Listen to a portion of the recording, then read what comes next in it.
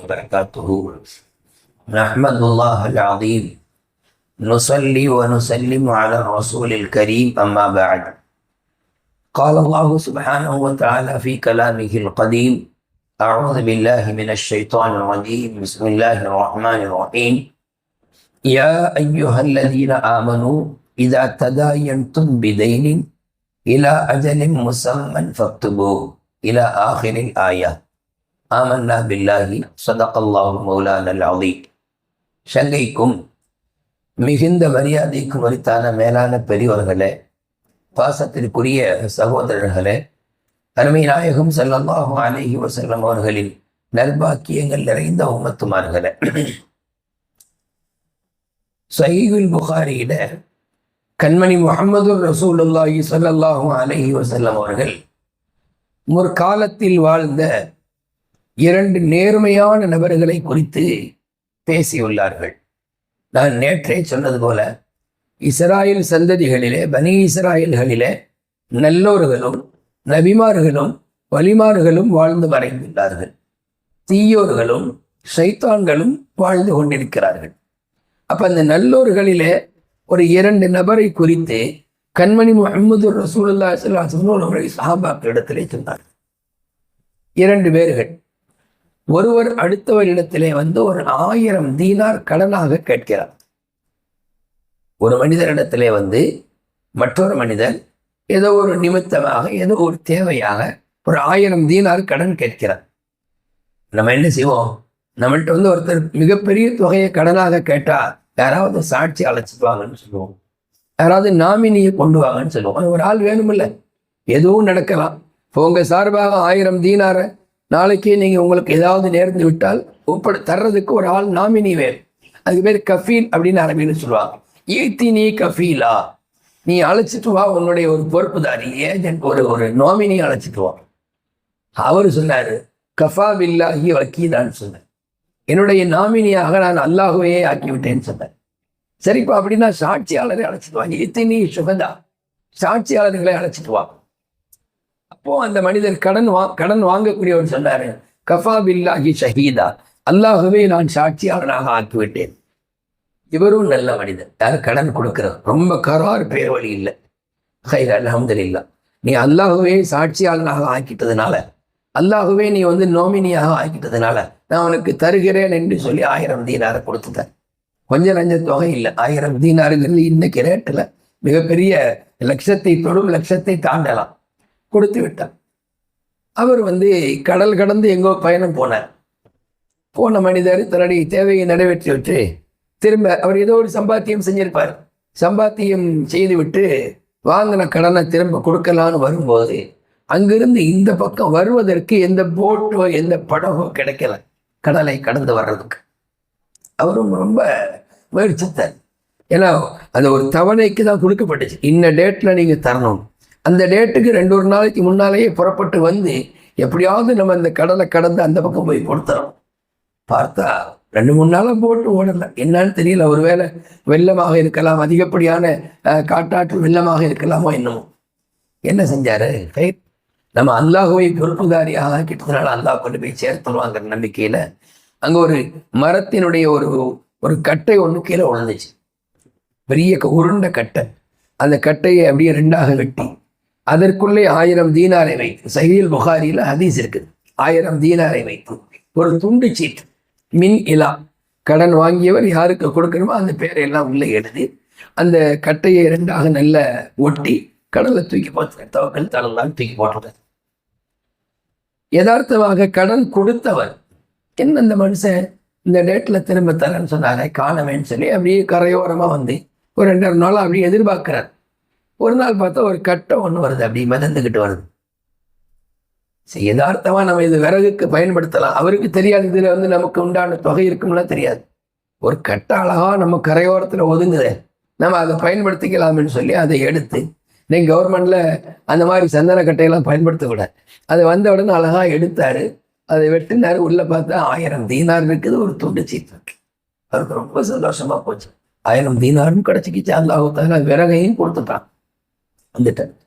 இந்த கடன் வாங்கினவனுக்கு ஒரு சின்ன டவுட்டு தான், இந்த கட்டை கரெக்டாக அவர்கிட்ட போய் சேர்ந்துருக்குமா, ஏன்னா தண்ணி அடிச்சுட்டு போகிற வழியில் தானே அது போகும். அது என்ன கரெக்டாக அந்த ஊருக்குள்ளே திரும்பி அவர் வீட்டிலே போய் நிற்கும். அது ஒன்றும் போட்டு இல்லையே. இவருக்கு எப்படியும் அந்த 1000 தீனார் போயிருக்குமோ என்னமோ தெரியலன்னு சொல்லிட்டு எதற்கும் ஆகுதுன்னு சொல்லி அவரும் ஒரு 1000 தீனாரை எடுத்து ஒரு சில நாட்களோ அல்லது சில மாதங்களோ கழித்து ஒரு படகை வாடகைக்கு எடுத்து வந்து விட்டார். வந்து 1000 தீனாரை கொண்டு கொடுக்குறாரு. இருந்தாங்க. அவர் சொன்னார், கொஞ்ச நாளைக்கு முன்னால் நீங்கள் எதுவும் அனுப்பி வச்சிங்களோ அப்படின்னு. இல்லைங்க, நானே வாகனம் கிடைக்காம, ஏன்னா அவருக்கு நம்பிக்கை இல்லை, அந்த கட்டை அங்கே தான் போயிருக்கும் நம்பிக்கை இல்லை. நானே போட்டு கிடைக்காம இவ்வளோ நாளாக வெயிட் பண்ணி இப்போ தான் வந்து சேர்றேன், நான் ஒன்றும் அனுப்பலை அப்படின்னு அல்லாஹ் அவங்க சார்பாக எனக்கு அந்த 1000 தீனாரை கொடுத்துட்டான். ஒரு கட்டையின் வழியாக வந்துச்சு, நான் அதை எடுத்துட்டேன்னு சொன்னேன். அதனால் இந்த 1000 தீனாரை நீங்களே வச்சுக்கங்கன்னு அவர் 2வது கொடுத்த அந்த தீனாரை அவற்றை கொடுத்து திரும்ப போசிட்டேன். சஹீஹ் புகாரியில் சம்பவம் முடிஞ்சது. இந்த சம்பவத்தை எழுதிட்டு நமக்கு சொல்கிறாங்க, படிப்பினைகளாக சில விஷயங்களை சொல்கிறாங்க. ஏன்னா நம்முடைய வாழ்நாளில் நாம் முன்னோர்களுடைய அதிலேயும் நல்லோர்களுடைய வாழ்க்கையில் படிப்பினைகளை எடுக்கலாம். அல்லாஹு தஆலா குர்ஆன் ஷரீஃபில் நிறைய இடத்துல சொல்கிறான், ஃபக்ஸஸில் கஸஸ லஅல்லஹும் யதஃபக்கரூன். இந்த உம்மத்திற்கு நாயகமே நீங்கள் சம்பவங்களை சொல்லுங்கள், அவர்கள் சிந்தித்து படிப்பினை பெறுவார்கள் அப்படின்னு அல்லாஹ் சொல்கிறோம். இதில் என்ன படிப்பினை அப்படின்னா, ஒரு மனிதன் இந்த உலகத்தில் இன்னொரு மனிதரை சார்ந்துதான் வாழ்ந்தாக வேண்டும். எனக்கு யாரும் தேவையில்லை, நான் என் வேலையை நான் பார்த்துக்கிறேன், என் தேவையை நான் நிறைவேற்றிக்கிறேன் அப்படின்னு பேச முடியாது. ஒரு பக்கம் அல்லாஹ்விடத்துல உதவி தேடணும், அது நம்முடைய தவக்குள்.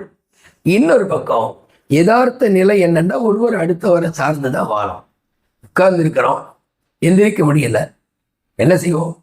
இப்போ இந்த கட்டையை பிடிச்சிட்டு எந்திரிப்போம், அல்லது அந்த பாய்கிட்ட நம்ம கையை கொடுத்து தூக்குங்கன்னு சொல்லுவோம். அப்ப பாருங்க, அன்னாசு பின் நாசு, மனிதர் இன்னொரு மனிதரை சார்ந்தே வாழ வேண்டும். அதெல்லாம் நம்ம தவிர்த்து கொள்ள முடியாது, நம்மளால் அதை நீங்கி வாழ முடியாது.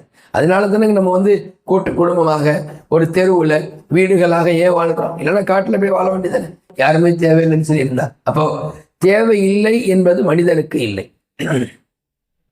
ஹஜ்ரத் உமர் ரலியல்லாஹு அன்ஹு ஒரு தடவை ஒருத்தர் துவா செய்வது அவருடைய காதல விழுந்துச்சு. ஒருத்தர் துவா செய்கிறார் மஸ்ஜித் நபவியில் உட்கார்ந்து, யா அல்லாஹ், என்னை உன்னுடைய படைப்பிடங்களில் என்றும் யாரின் பக்கம் தேவை உள்ளவனாக ஆக்கிறாது அப்படின்னு சொன்னார். அல்லாஹுல்லா தஜஅல்னி, அல்லாஹுவே என்னை ஆக்கி விடாது என்று துவா செஞ்சார்.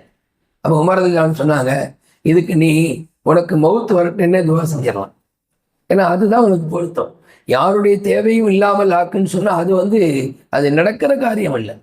அதனால் அப்படி நீ துவா செய்ய வேண்டாம் என்று உமர் ரலியல்லாஹு அவங்க தடுத்தாங்க. ஆக ஒருவர் அடுத்தவரை சார்ந்து வாழ வேண்டும், அதுல ஒருவர் அடுத்தவருக்கு உதவி செய்து சகாயம் செய்து வாழ வேண்டும். அவர் நம்மள்கிட்ட ஒரு கடன் கேட்கிறார், ஒரு உதவி கேட்கிறாருன்னு நம்ம கொடுக்கலாம். காசு பணங்களாகவும் கொடுக்கலாம், இல்ல ஆலோசனைகளாகவும் கொடுக்கலாம். ஒரு உதவிங்கிறது எப்படியும் இருக்கு. ஒரு பணக்காரர் தன்னுடைய பணத்தை கொண்டுதான் பிறருக்கு உதவணும் இல்லை, ஒரு இறக்கப்படுறாரு, ஒரு கருணை காட்டுறாரு, வேற வகையில் ஆறுதல் சொல்றாரு. ஒரு கல்வியாளர் காசு பணங்களை கொடுத்து உதவணும் இல்லை, அவருக்கு தெரிந்த கல்வியை அவருக்கு கற்றுத்தர்றார். இதுவும் கூட அவருக்கு சொல்லக்கூடிய, அவருக்கு செய்யக்கூடிய உதவிகள் தான். இது ஒரு படிப்பினை. 2வது படிப்பினை, கயிறை நாம நாடினால் அல்லாஹ் கயிறுக்கான பாதைகளை ஓப்பன் பண்ணுவான். பாருங்க, அவர் கடனை கொடுக்கணும் நாடினாரு, அல்லாஹ் அவருக்கு அழகா கட்டை ஏற்பாடு செஞ்சான். இது கேட்கறதுக்கு நமக்கு ஏதோ இது மாதிரி இருக்குல்ல, அது எப்படி கட்டை உணர்ந்துச்சு? அதுல இன்வில் கயிறை, நீ கயிறை நீயத்துச்சு, நான் நல்லது செய்யணும், நான் வாங்கின கடனை அவருக்கு கொடுத்தே ஆகணும். இப்போ நம்ம சின்னதாக ஒரு யோசனை பண்ணுவோம், இந்த மாதிரி நேரத்தில் கயிறு நம்ம என்ன செய்ய முடியும்? கடனை கொடுக்கணும்னு வந்தோம், போட்டும் அமையில்லை, ஒன்றும் அமையில்லை, பார்த்துக்கலாம், விடுங்க, இந்த 1000 செலவழிப்போம், அப்புறம் அதுக்கப்புறம் 1000 தீனார் வந்தால் பார்த்துக்கலாம் அப்படின்னு நினைப்போமா? இல்லையா? அப்படி நினைக்கக்கூடாது. கடனை கொடுக்கறதுக்குரிய ஒரு சூழலை விட்டால் எப்படியாவது தேடி பிடிச்சு அவர்கிட்ட கொண்டு போய் கொடுத்தாரு. ஆனால் நமக்கு கயிறான நீயத்தை நாம் வைக்கும்போது அல்லாஹ் கயிறுகளை திறந்து விடுவான். பாருங்களேன், இவர் எவ்வளோ நல்ல நீயத்தோட வந்தார். இவருக்கு அந்த மரக்கட்டை என்பது கடிதமாக மாறியது. இவருக்கு மரக்கட்டை என்பது கடிதமாக மாறியது. கடல் என்பது போஸ்ட்மேனாக மாறியது. அதை அழகா கொண்டு போய் ஒரு போஸ்ட்மேன் தானே இங்கே கடிதத்தை கொண்டு போய் இன்னொரு ஊரில் கொண்டு போய் சேர்ப்பாரு. அப்போ அல் பஹ்ரு சாஇல் பரீதி, கடல் அவருக்கான அஞ்சல் காரனாக அது மாறியது. அப்ப ஏன்? நல்லதை நாம நாடினால் அல்லாஹ் நமக்கு அதற்கான வாசலை திறந்து விடுவான். இது நமக்கு ஒரு அழகான படிப்பினையாக கிடைக்குது. நபி ஸல்லல்லாஹு அலைஹி வஸல்லம் நல்ல நியத்துகளை, நல்ல எண்ணங்களை வரவேற்றார்கள். ஒரு மனிதர் நல்ல நீயத்து வச்சிருக்காருன்னா மாஷா அல்லாஹ் இன்னமல் அமாலு பின்னிய்யாத். நீ அமல்கள் செய்யாட்டாலும் கூட நீயத்தை கொண்டு அமல்களுக்கான சவாபு கிடைச்சது. அமல்கள் செய்யறதுங்கிறது நெக்ஸ்ட். முதல்ல நம்ம நீயத், நான் இந்த காரியத்தை செஞ்சாகணும், அவற்றை வாங்கின கடனை கொடுத்தாகணும் அப்படின்னு நினைச்சோம்டா அல்லாஹ் நமக்கு அதற்கான வாசலை திறந்து விடுவான். இது போல பல்வேறு படிப்பினைகள் இந்த சம்பவத்தில் உள்ளது. வல்ல நாயன் நம்ம இந்த உலகத்திலே பிறருக்கு உதவக்கூடிய பெருந்தன்மை உள்ள மக்களாக ஆக்கியர்கள் புரிவானாக. நல்ல நீயத்துகளோடு வாழக்கூடிய நல்லவர்களாக அல்லாஹ் நம்மை ஆக்கியர்கள் வருவானாக. ஆமீன் ஆமீன் யா ரப்பல் ஆலமீன். அஸ்ஸலாமு அலைக்கும் வரஹ்மத்துல்லாஹி வபரகாத்துஹு.